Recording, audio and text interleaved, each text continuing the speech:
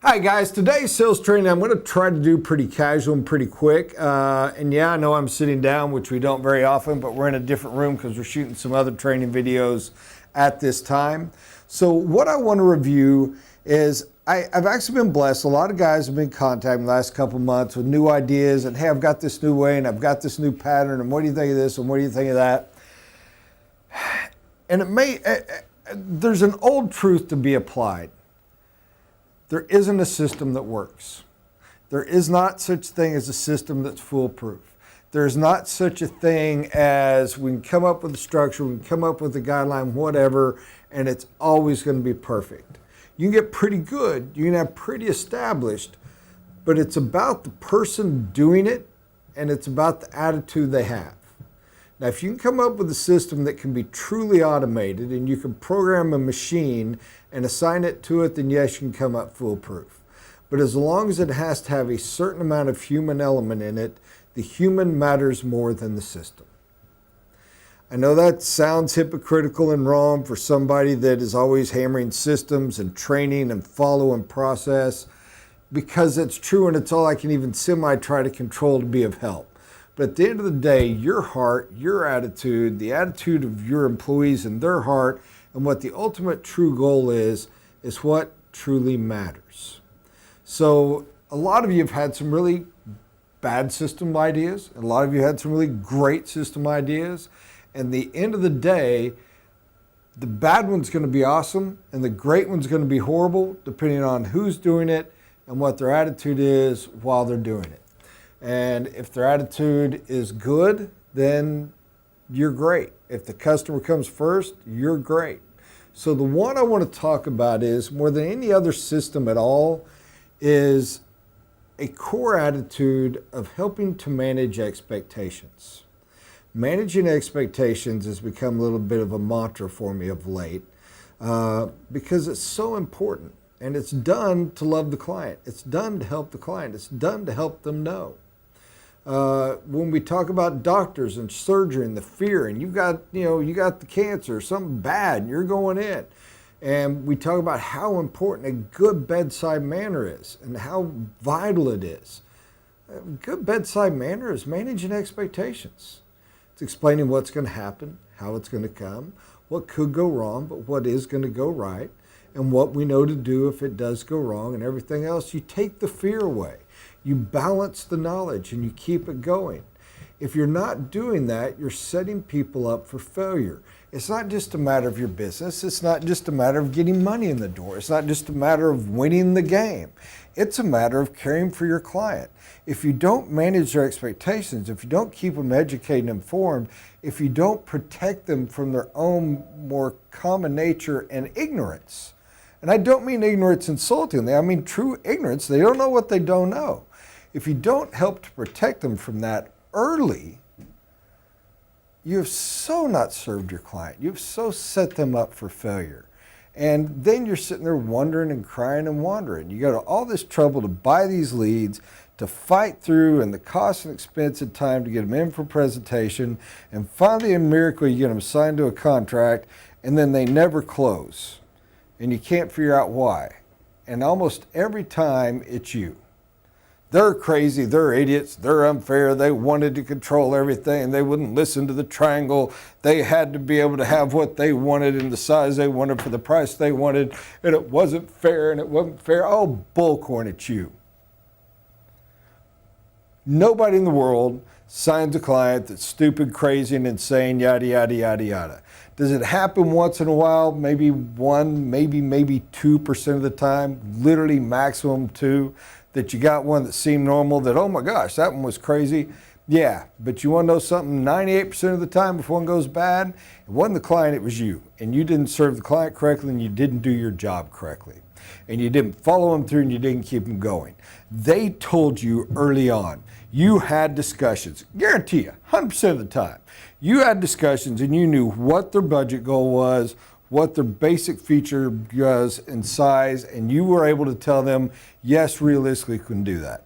You know what I mean by managing expectations? Is the second that starts to veer, you note it.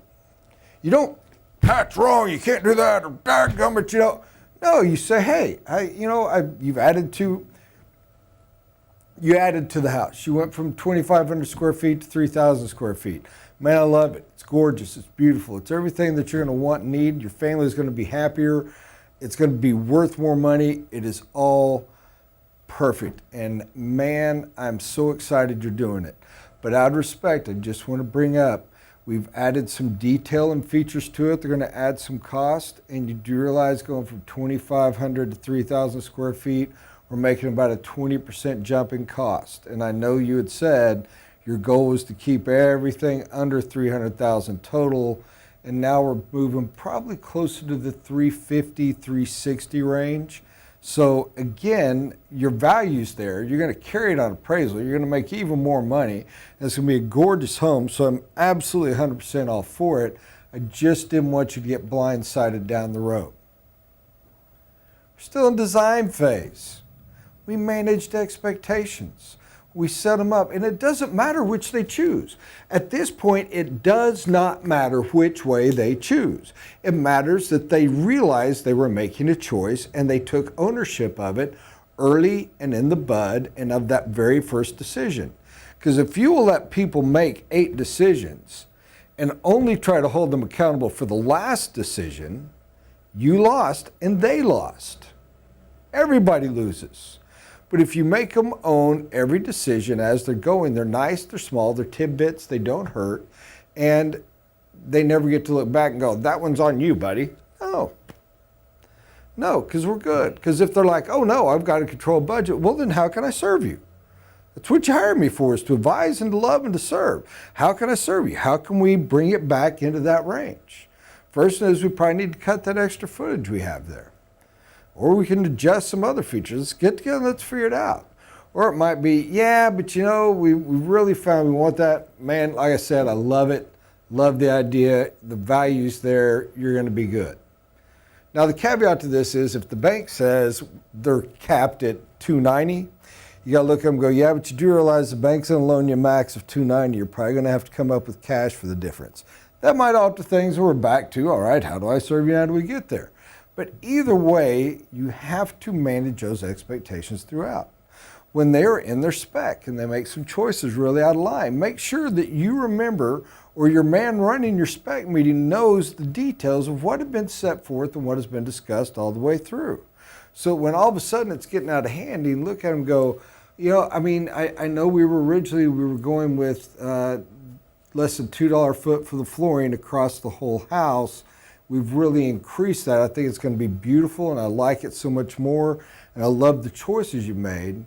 But we're averaging $8 a foot now, so that's going to be $6 a foot across the board more on the house, or about another 20 grand. Are we sure we're okay with that? Again, exact same thing. All the way from design to the spec to the bidding, you're constantly giving heads up and communicating, constantly managing their expectations so they know what is going on. If you do this, your odds of deals closing, you'll be in that 90%, 80% worst case scenario range instead of that 50, 60% garbage case scenario range of how many signed contracts actually close. And you will go from upset clients at the end to a dramatically higher percentage of happy clients at the end. I could go on longer, but I don't want to for too much because the case has been made. I even don't want to hammer the system because as I started this, are there systems? Yes. Do you follow ours? Yes. Do they matter? Yes. But the reality is, what is your attitude? Because if your attitude isn't to put the client first and to provide the service and be willing to take the stress that comes of those gentle little confrontations and to manage your expectations throughout, there is no such thing as a system that will do it for you. And if that is your number one,